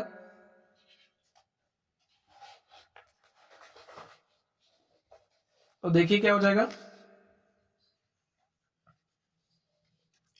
और यहाँ पे देखिए माइनस माइनस ऐड हो गया, और हमारा चिन्ह क्या रहेगा यहाँ पे माइनस, तो माइनस चिन्ह लगा दो। देखिए इसको इससे काट देंगे, 4 3 12, यहाँ पे 30 आ जाएगा, और यहाँ पे देख लीजिए हमारे पास y इक्वल टू क्या आ जाएगा, माइनस 30 बटे 11। तो हमारे पास x का वैल्यू आ गया 18 बटे 11, और y की बात करें तो y का वैल्यू हमारे पास कितना आ गया है, माइनस 30 बटे 11। तो आप लोग लिखिए आता है x बराबर 18 बटे 11 तथा y बराबर माइनस 30 बटे 11 है। तो माय डियर स्टूडेंट्स, यही हमारा इस क्वेश्चन का सॉल्यूशन हो गया। इस तरीके से आप लोग क्वेश्चंस को सॉल्व कर सकते हो। चलिए हम लोग नेक्स्ट क्वेश्चन की तरफ चलते हैं। इस तरीके के क्वेश्चंस आपके एग्जाम में पूछे गए हैं। जो सारे क्वेश्चन मैं डिस्कस कर रहा हूँ सारे आप लोगों के एग्जाम्स में पूछे गए हैं। आप लोग क्वेश्चंस को सॉल्व करने की प्रैक्टिस करना। यहाँ पे देखिए नेक्स्ट क्वेश्चन, k का मान ज्ञात कीजिए जिसके लिए समीकरण 2x plus k Y is equal to 1 और 3x minus 5y is equal to 7 का एक अद्वितीय हल है। तो समीकरण स्टूडेंट लिख लीजिए आप लोग। देखिए क्या है, 2x plus k Y is equal to 1 और इसको हम लोग जनरल फॉर्म में लेकर के चलते हैं, क्या हो जाएगा 2x प्लस के वाई, इस प्लस वन को इधर लेकर के आएंगे -1 हो जाएगा इज इक्वल टू 0।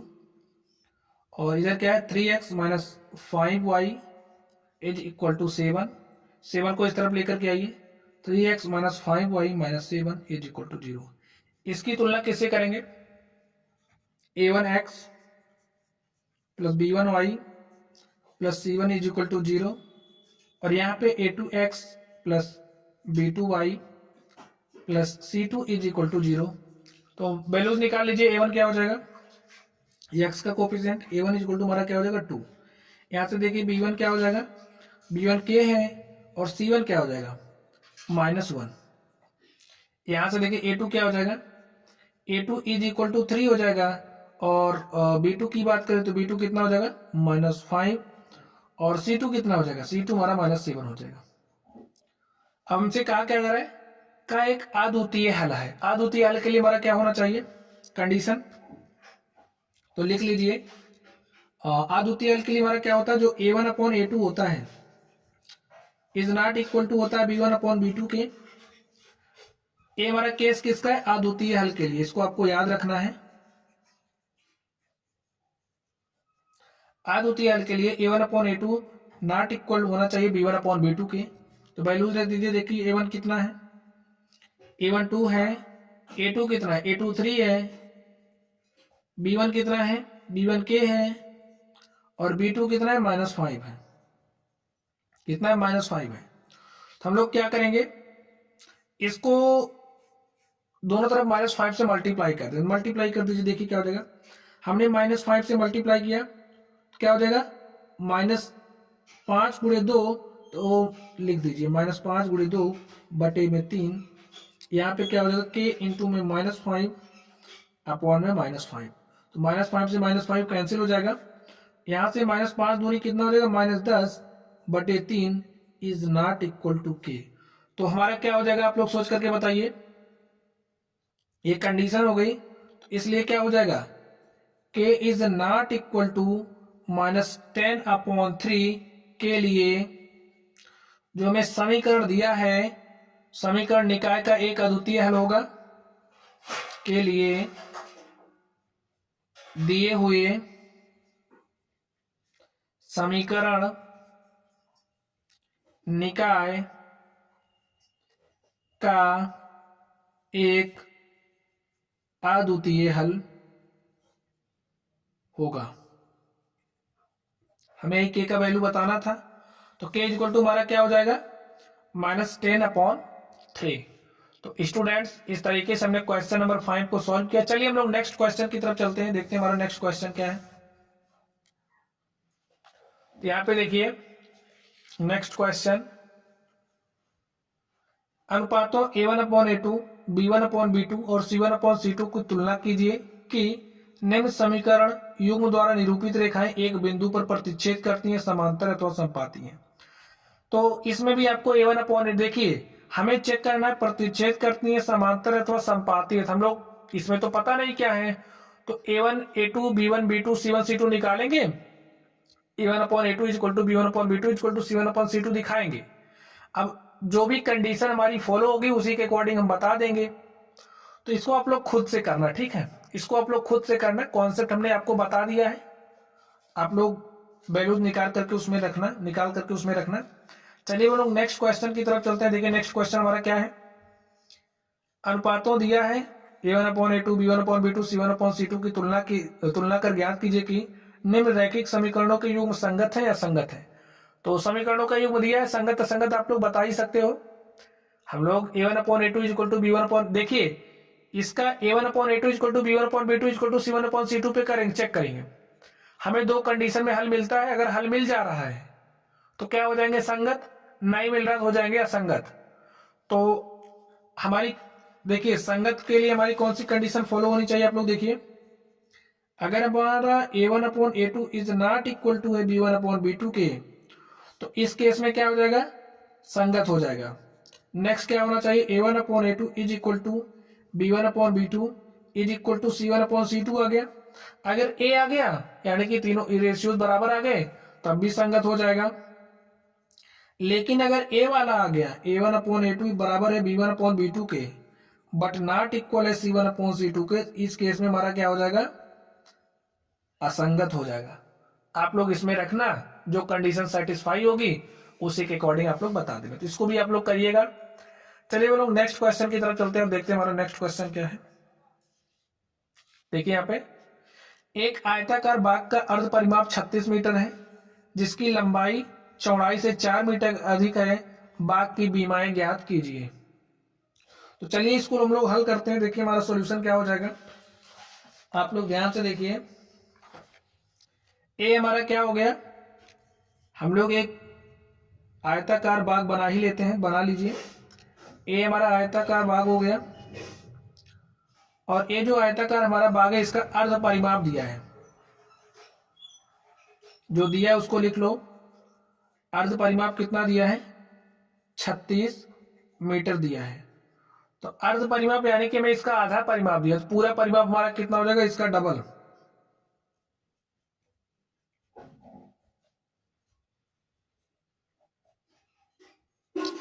72 मीटर। ठीक है, इसका परिमाप हो गया।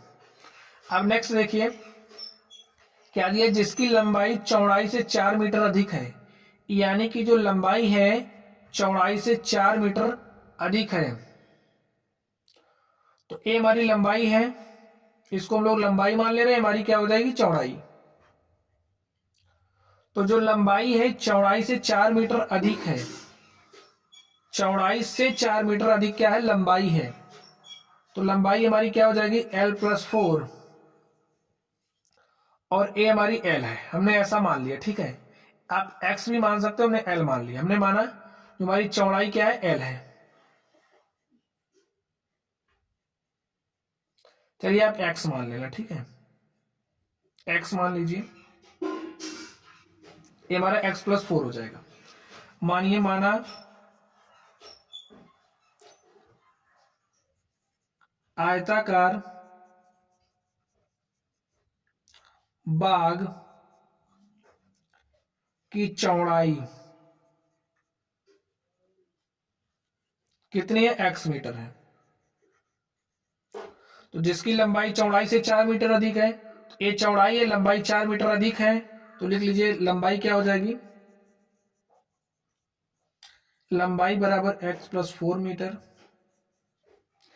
अब देखिए हमें इसका परिमाप पता कर लिया, 72 मीटर है, और हम लोग इसको लेकर के परिमाप निकालें, देखिए कितना हो जाएगा। परिमाप निकालने के लिए हम लोग क्या करते हैं, आप लोग देखिए, हम लोग इस पॉइंट से चलना शुरू करेंगे। ठीक है, यहां से हमने कितनी दूरी तय करी, x+4, यहाँ पे हमने कितना तय किया, x, फिर यहाँ पे x+4, फिर यहाँ पे कितना x, फिर वही पॉइंट पे आ गए, यानी कि x+4 plus x plus x+4 plus x, इसको ऐड कर लेंगे तो हमें परिमाप मिल जाएगा। देखिए हमारा परिमाप क्या हो जाएगा, लिखिए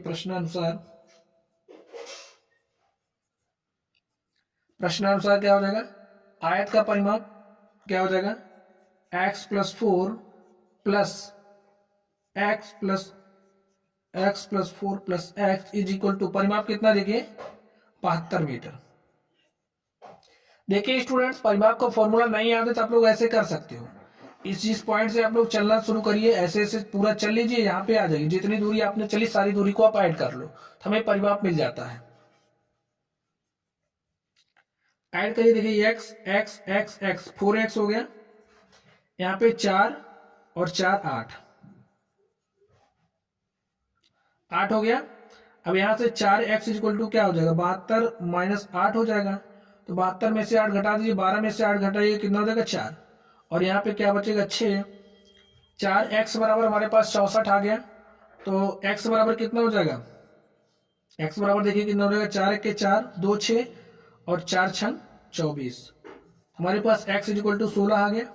यानी कि जो आयताकार बाग है उसकी हमारे पास चौड़ाई कितनी आ गई, 16 मीटर, और उसकी लंबाई की बात करें तो x+4 यानी कि 16 + 4 बराबर क्या हो जाएगा, 20 मीटर। तो लिखिए, बाकी बीमाएं बतानी थी, तो बीमा इसकी क्या है, लंबाई और चौड़ाई, तो लिख दीजिए, अतः बाग की लंबाई बराबर 20 मीटर तथा चौड़ाई बराबर 16 मीटर है। तो माय डियर स्टूडेंट्स, इस तरीके से हमने इस क्वेश्चन को सॉल्व किया। चलिए हम लोग नेक्स्ट क्वेश्चन की तरफ चलते हैं। आप लोग नोट करना चाहते हो तो नोट कर लीजिए। क्वेश्चंस को सॉल्व करने के लिए आप लोगों को लैंग्वेज समझ में आनी चाहिए। आप लोग ढंग से प्रश्न पढ़ना और जो भी रिलेशंस दिया है रिलेशन का यूज करके क्वेश्चन को सॉल्व करना। यहाँ पे देखिए नेक्स्ट क्वेश्चन क्या हमारा, एक समकोण त्रिभुज का क्षेत्रफल 30 वर्ग सेंटीमीटर है।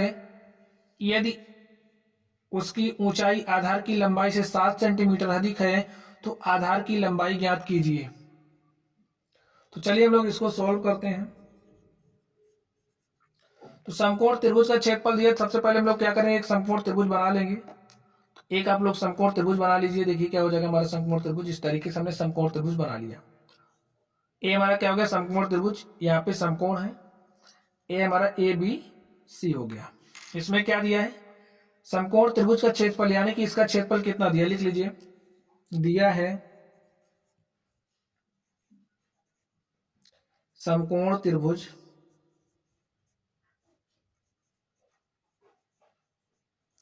ABC क्षेत्रफल बराबर 30 वर्ग सेंटीमीटर, हमें इतना दिया है। यदि उसकी ऊंचाई, यानी कि ए इसकी ऊंचाई है, आधार की लंबाई से 7 सेंटीमीटर अधिक है। आधार की लंबाई ए है, अगर ए हमारा x है तो ए 7 सेंटीमीटर अधिक है, यानी कि कितना हो जाएगा, x + 7। आप लोग समझ गए। अगर ए हमारा x है तो ऊंचाई कितनी हो जाएगी, x + 7। और देखिए हमें क्या बताना है, आधार की लंबाई, हमें यही लंबाई बतानी है, x का वैल्यू बताना है। तो हमें त्रिभुज का क्षेत्रफल दिया है। तो समकोण त्रिभुज का क्षेत्रफल क्या होता है, आप लोग बताइए। समकोण त्रिभुज का क्षेत्रफल का फॉर्मूला होता है 1/2 गुणे आधार और गुणे हमारी क्या होती है, ऊंचाई। इस फॉर्मूले को आप लोग याद रखना। अगर हमारे पास कोई भी समकोण त्रिभुज दिया है तो समकोण त्रिभुज का जो क्षेत्रफल होता है 1/2 आधार गुणे ऊंचाई होती है।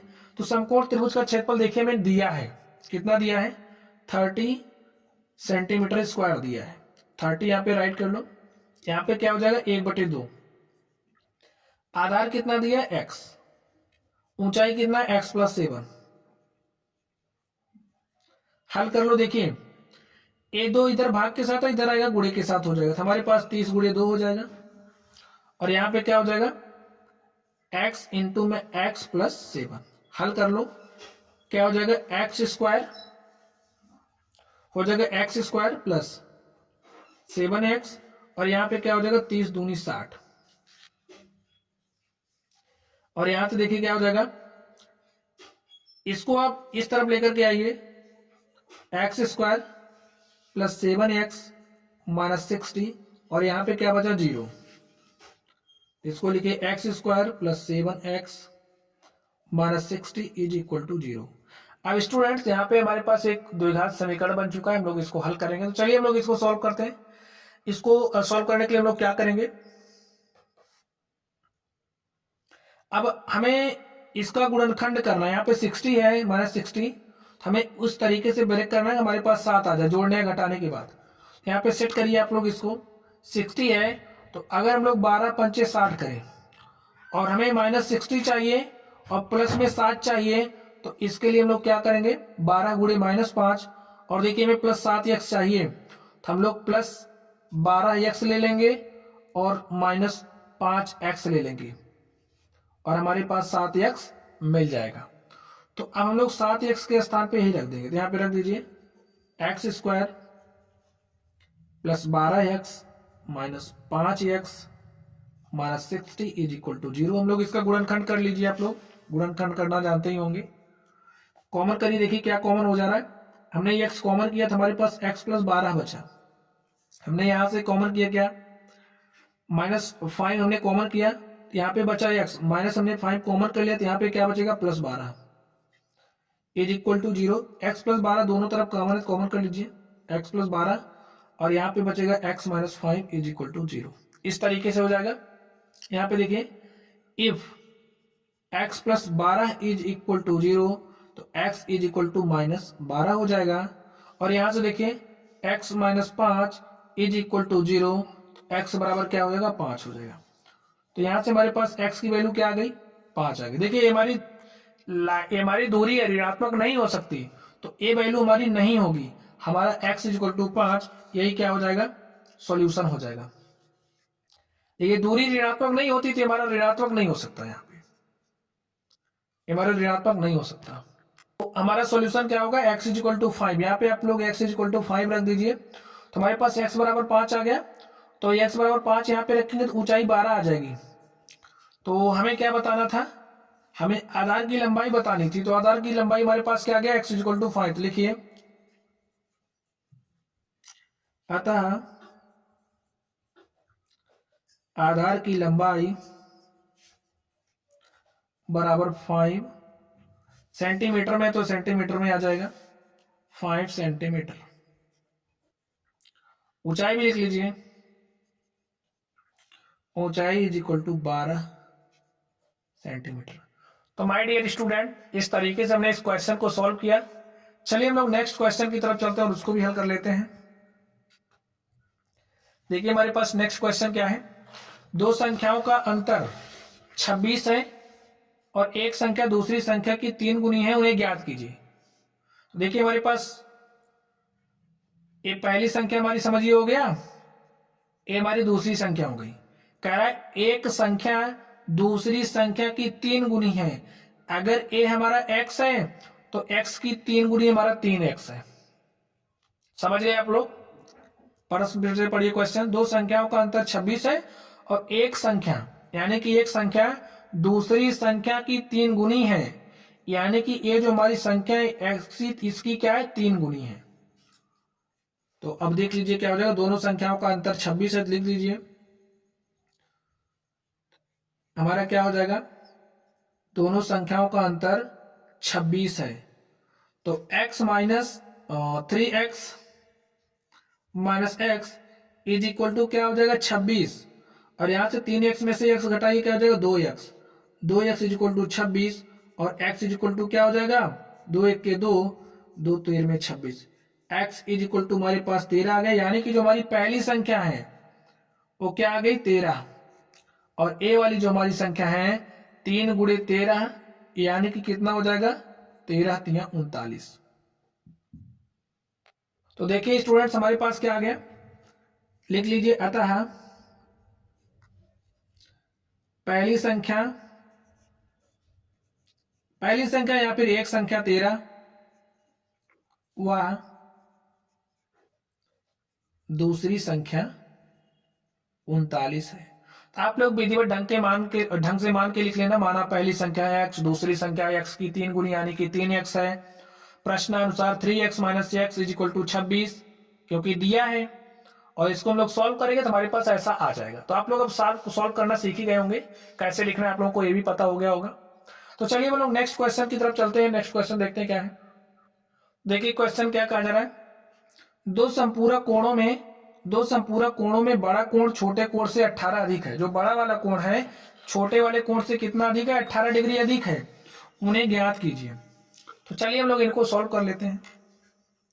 संपूर्णक कोण क्या होता है, सबसे पहले आप लोग ये समझ लीजिए, जब दो कोणों का योग 180 अंश के बराबर हो। लिख लीजिए संपूरक कोण क्या होता है, जब दो कोणों का योग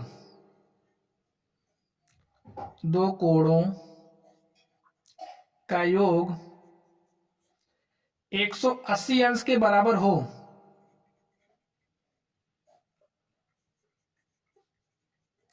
तो इस तरह का जो हमारा कोण होता है कैसा कोण कहलाता है, संपूरक कोण कहलाता है।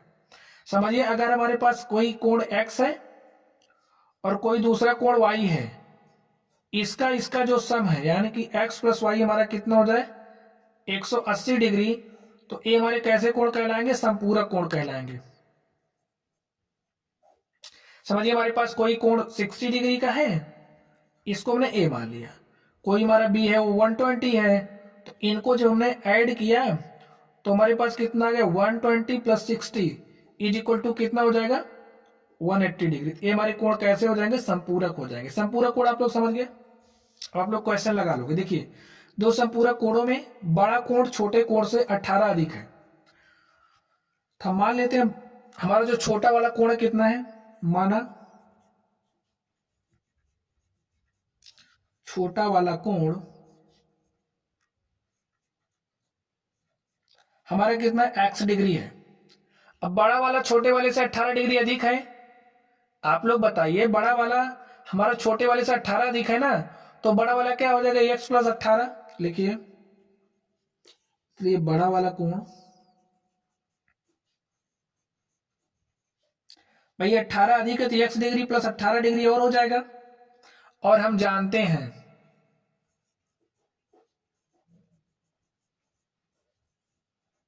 क्या जानते हैं, दो संपूरक कोणों का मान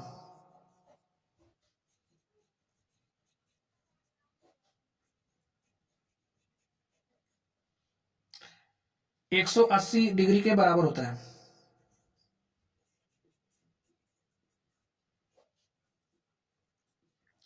और दो संपूरक कोण में बड़ा कोण छोटे कोण से 18 डिग्री अधिक है, तो यानी कि दोनों कोण हमारे कैसे हैं, संपूरक हैं। तो प्रश्नानुसार क्या हो जाएगा,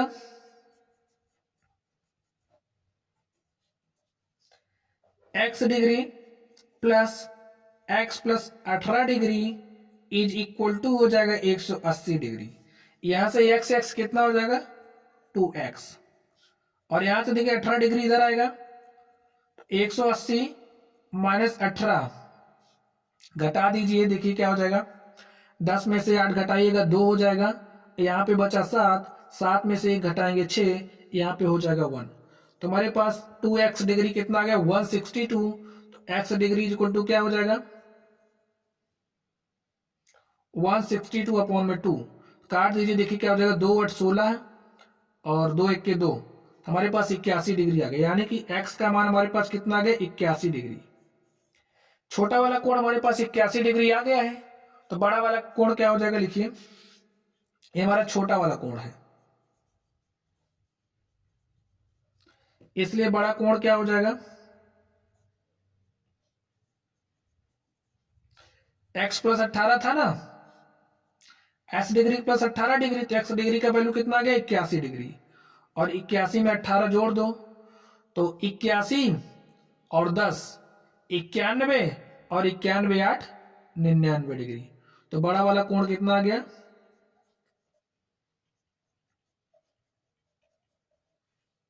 99 डिग्री। आप लोग समझ गए होंगे। तो लिखिए अतः बड़ा वाला कोण 99 डिग्री तथा छोटा वाला कोण कितना है 81 डिग्री है। तो माय डियर स्टूडेंट्स, इस तरीके से हमने इस क्वेश्चन को सॉल्व किया। चलिए हम लोग नेक्स्ट क्वेश्चन की तरफ चलते हैं और देखते हैं हमारा नेक्स्ट क्वेश्चन क्या है। अब आप लोगों को आइडिया लग गया होगा क्वेश्चन को हम लोगों को इस तरीके से सॉल्व करना है। यहाँ पे देखिए आप लोग, क्वेश्चन इंपॉर्टेंट, पी के किन मानों के लिए निम्न समीकरणों के युग्म एक अद्वितीय हल है, हमें अद्वितीय हल दिखाना है। अद्वितीय हल हम लोग कैसे दिखाएंगे, आप लोग बताइए। यूनिक सोल्यूशन, जब हमारा a1/a2 is not equal to b1/b2 के, तो इस केस में हमारा जो हल होता है कैसा होता है, अद्वितीय होता है। हमें इस कंडीशन का यूज करके इसमें से p का मान निकाल लेना है, तो आप लोग इसको निकाल लेंगे। चलिए हम लोग नेक्स्ट देखते हैं। नेक्स्ट हमारे पास देखिए क्या है, दो संख्याओं का योगफल 85 है, यदि बड़ी संख्या छोटी संख्या के 4 गुने से 5 अधिक है तो संख्याएं ज्ञात कीजिए। हमें वो संख्याएं बतानी है। तो चलिए स्टूडेंट्स, हम लोग इस क्वेश्चन को सॉल्व करते हैं और देखते हैं हमारा सॉल्यूशन क्या होगा। क्वेश्चंस इस तरीके के देखिए आपको एग्जाम में पूछे जाते हैं। जो भी क्वेश्चंस आज की क्लास में मिले, सारे क्वेश्चंस बहुत ही इंपॉर्टेंट है। आप लोग क्वेश्चन की बार बार प्रैक्टिस करना, और हमने सारे कॉन्सेप्ट को इसमें क्या किया, इंक्लूड किया है, तो आप लोग सारे कॉन्सेप्ट को भी इस एक क्लास से सीख सकते हैं। चलिए देखिए, दो संख्याओं का योगफल 85 है, यदि बड़ी संख्या छोटी संख्या के 4 गुने से 5 अधिक है। चलिए मान ले रहे हैं हमारी पहली संख्या n1 है, दूसरी संख्या क्या है n2 है। आप लोग मान ले रहे हैं, मान ले रहे हैं पहली n1 है, दूसरी n2 है। समझने के लिए लीजिए क्या कह रहा, यदि बड़ी संख्या छोटी संख्या के 4 गुने से 5 अधिक है, तो ये हम मान लिया हमारी छोटी संख्या है। अब छोटी संख्या का 4 गुना क्या हो जाएगा 4x हो जाएगा, छोटी संख्या का 4 गुना तो 4x हो जाएगा, और 4 गुने से कितना अधिक है 5। देखिए बन गया, हमारी दूसरी संख्या आ गई। तो ऐसे आपको सेट करना है। अब मान लीजिए, माना हमारी जो छोटी संख्या है, माना छोटी संख्या बराबर x तथा बड़ी संख्या बराबर क्या हो जाएगी 4x + 5। और इसमें क्या दिया, दो संख्याओं का योग, यानी कि ये जो हमारी दोनों संख्याएं हैं इनका योग कितना है 85 है। तो लिखिए प्रश्नानुसार क्या हो जाएगा, x प्लस, यही तो हमारी संख्या है, पहली संख्या दूसरी छोटी संख्या बड़ी संख्या, तो दोनों संख्याओं को जोड़ेंगे तभी तो 85 आएगा। तो जोड़ दो, x + 4x + 5 = 85।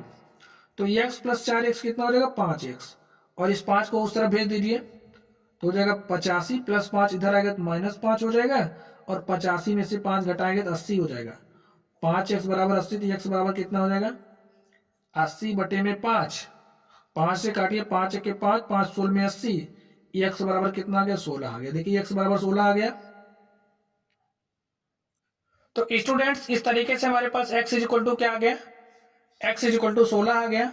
चलिए हम लोग, हमारे पास छोटी संख्या कितनी आ गई 16 आ गई, हम लोग बड़ी वाली संख्या भी निकाल सकते हैं। देखिए क्या हो जाएगा, यहाँ पे हमारा 16 आ गया, तो ये वाली संख्या हमारी देखिए कितना हो जाएगा, x का मान रख दीजिए, तो 4 × 16 + 5, तो 16 चौका 64 हो जाएगा, और 64 में 5 ऐड कर दीजिए, कितना हो जाएगा 69। देखिए हमारे पास बड़ी वाली संख्या आ गई, छोटी वाली संख्या आ गई। तो लिखिए अतः, लिख दीजिए अतः x बराबर 16 यानी कि छोटी संख्या, तथा हमारा जो 4x + 5 = 69 यानी कि हमारी a हमारी बड़ी संख्या है और a हमारी क्या है छोटी संख्या।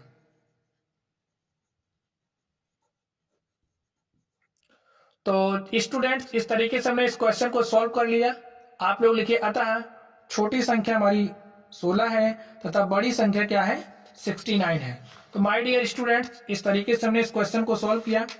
चलिए यहाँ पर देखिए कुछ क्वेश्चंस और भी आप लोग इन क्वेश्चंस को सॉल्व करना। अगर आप लोगों को कोई भी डाउट हो तो आप लोग कमेंट बॉक्स में कमेंट करना। वीडियो पसंद आए तो वीडियो को लाइक करिएगा और चैनल पर नए हो तो चैनल को सब्सक्राइब करिएगा। तो चलिए गाइज आप लोग पढ़ते रहिए। और हाँ, अगर आप लोगों को कोई भी डाउट हो तो आप लोग कमेंट बॉक्स में कमेंट करना है। जो क्वेश्चंस यहाँ पर मैंने लिखे हैं मैं सारे क्वेश्चन सॉल्व करवा दूंगा। वैसे भी आप लोग सारे क्वेश्चन कर ही ले जाएंगे। तो चलिए गाइज आप लोग पढ़ते रहिए। Thank you.